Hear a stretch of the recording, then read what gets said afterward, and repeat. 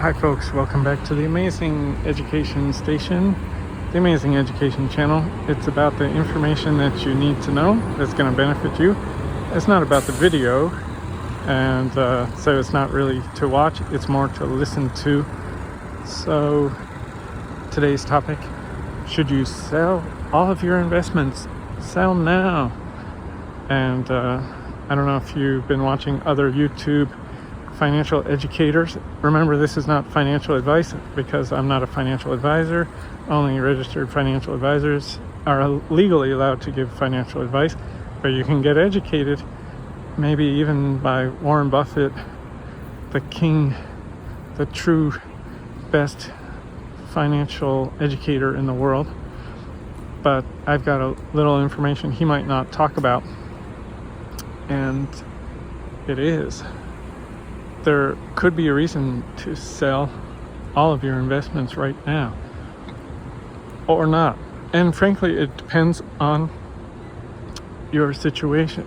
So with the stock markets in the United States, and today, April of 2022, the stock market's being so overvalued, very high in valuation compared to the past. If you need the money sometime in the next 1 to 5 years, if you're going to spend the money out of your investments, they may be at their peak value right now. It's possible.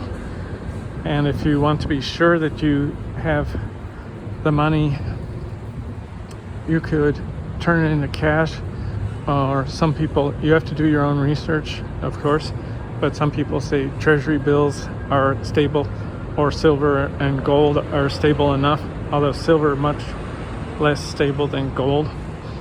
But these things, and I say mostly cash, but I mentioned the others because of inflation is going to slowly reduce the buying power of cash. So if you maybe get some gold or treasury bills, and those would be short-term treasury bills, that might be a better mix. So have a little bit of diversity in what is generally called a cash position. So even though it's not cash, it's T-bills, and look into it, but short-term, chances are they might not fluctuate when there's a market crash, but you better look into it. It might not be a good decision.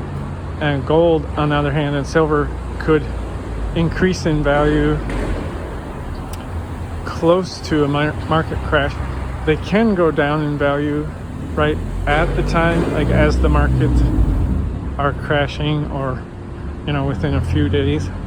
So you can have a drop in the value of gold and silver as people sort of freak out and sell everything, including their gold. But there's not a strong connection between the stock markets and gold. But that's what they say. There's a weak correlation, or sometimes a negative correlation. So anyway, but on the other hand, if you don't need your money in the next 5 years or longer, then if you can keep it in your stocks or investments, your index funds or IRAs or whatever you might have, through a financial advisor is the best way to do it. I would recommend that's what you should do. So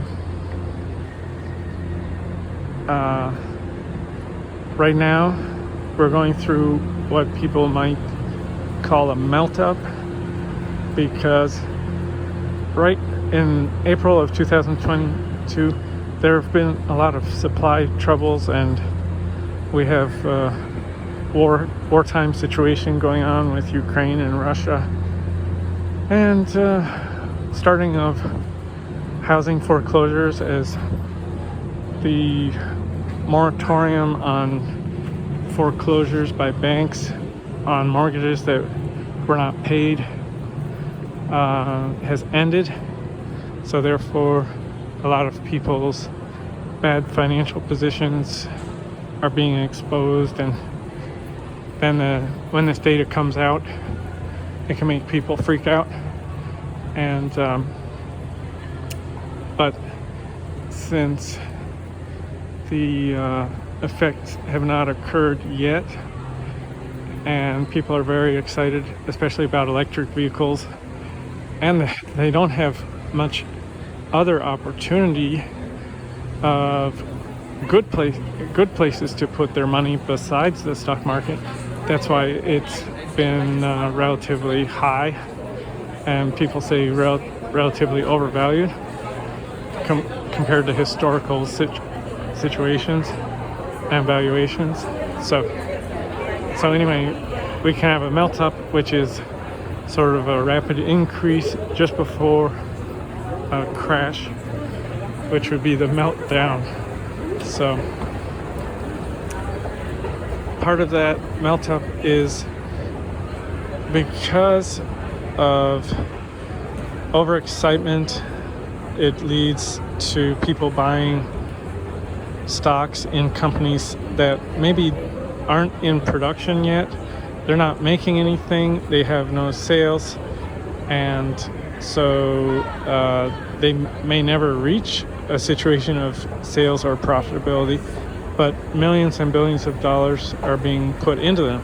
For example, with SPACs, SPACs, the special acquisition companies, billions of dollars. Billions and billions of dollars are going into SPACs, and that's could be considered improper investment or malinvestment, and it could all come crashing down, and we could have a lot of corporate bankruptcies leading to panic in the stock markets.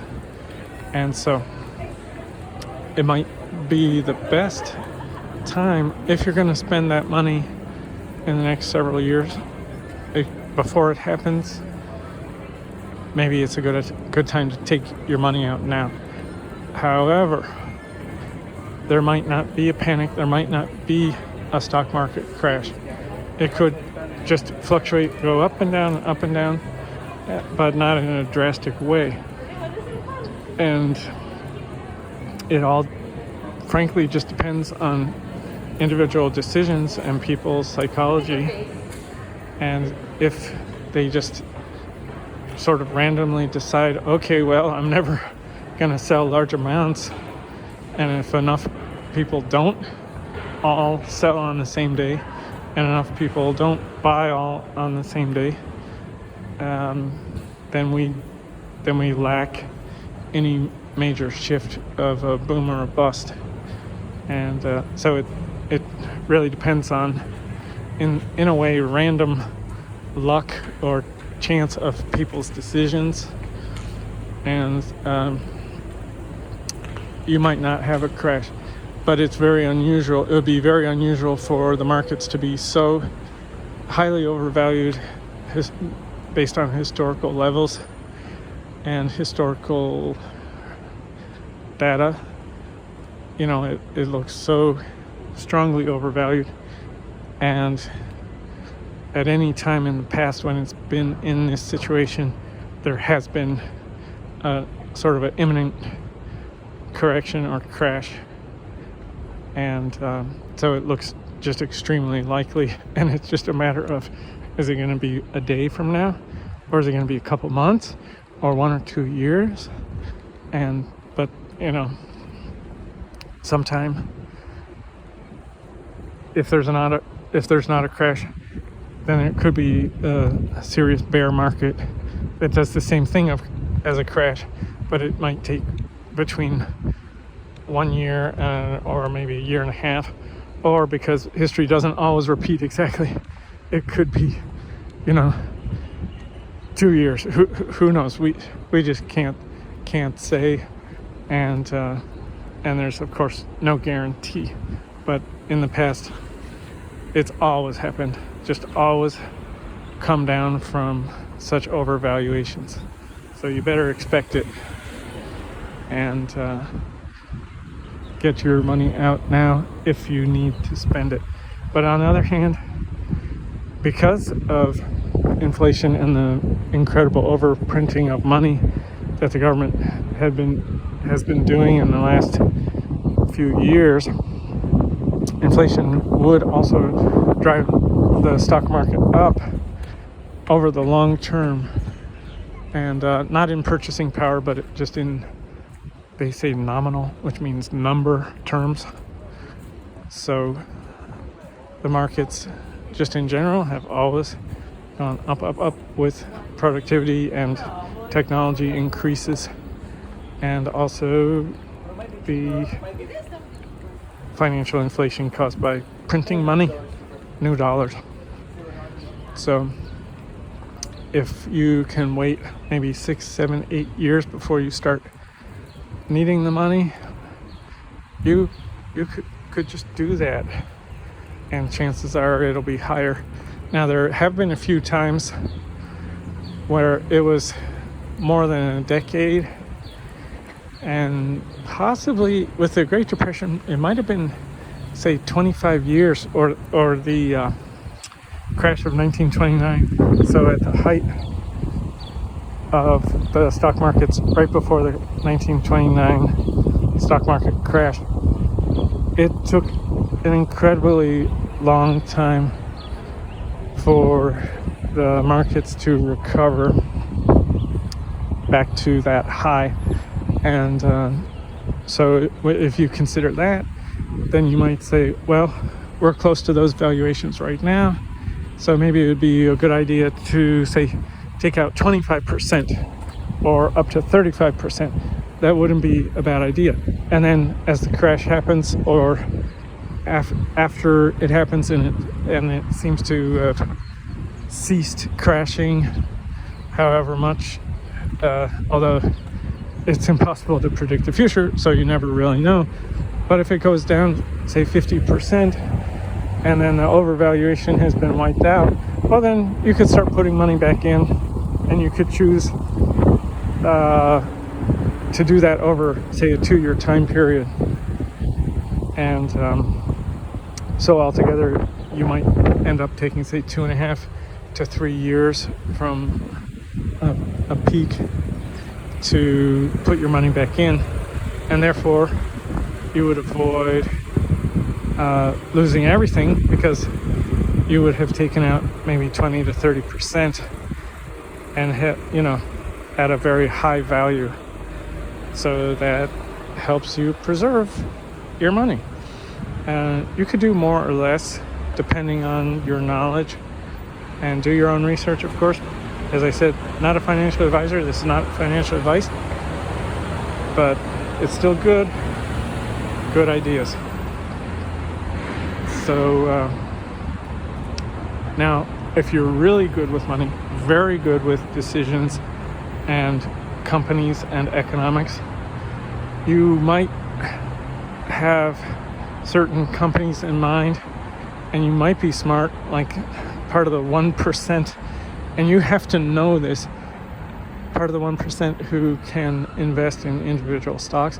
I recommend you do it with less than 10% of your entire investing money, and you use a financial advisor with the rest of the money. But with that 10%, you could, use it as sort of play money, that if you don't really mind losing some or all of it, you can do your own choosing. And although index funds are considered to be the best, but maybe choose some very good valued stocks, and using the Warren Buffett method, buying when they are sort of the leaders in their field, they have a good competitive advantage, and yet the stock is undervalued. So it has sort of a margin of safety, as he says, where the value is so low for no particular reason. So it's a good time to get in, because it should just only go up, no matter if there's a crash.